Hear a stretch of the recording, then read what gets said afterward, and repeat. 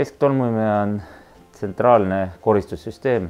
Tänu tsentraaltolmuimejale siis on koristamine väga mõnus, vaikne, tolmuvaba, sellepärast et tavatolmuimejaga tuleb alati tolmuosakesed tuppa tagasi. Electroluxi keskustolmuimejad on täiesti hooldusvabad. Neil on Cortex filter, mida ei pea kunagi vahetama, on pestavad HEPA-filtrid.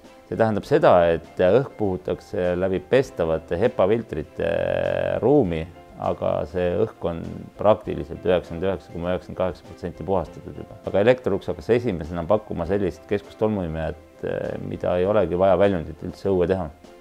No, ruumi suuruse puhul tuleks vaadata ikkagi, et need tõmbekohad oleksid nii hästi planeeritud, et tõmbevoolik ulatuks igasse nurka ja et oleks võimalikult ikkagi mugav kasutada. Kui pikk voolik üldse muretseda, siis on ikkagi mõttekas panna niisugune rullik, kuhu peale seda pikka voolikut saab kerida.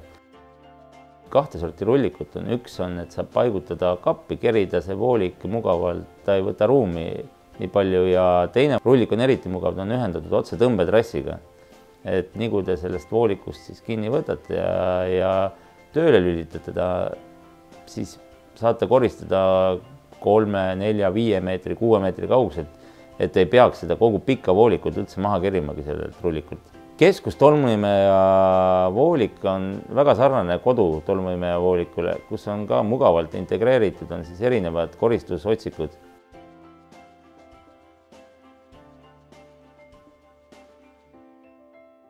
See voolik on nii pikk ja see on tegelikult ta hästi elastne.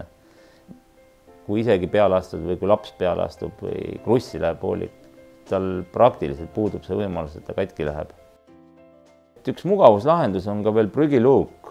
Prügiluuk siis toimib nii, et seal on üks pedaal, mis on lüliti ja seda võib siis kas jalaga või käega avada.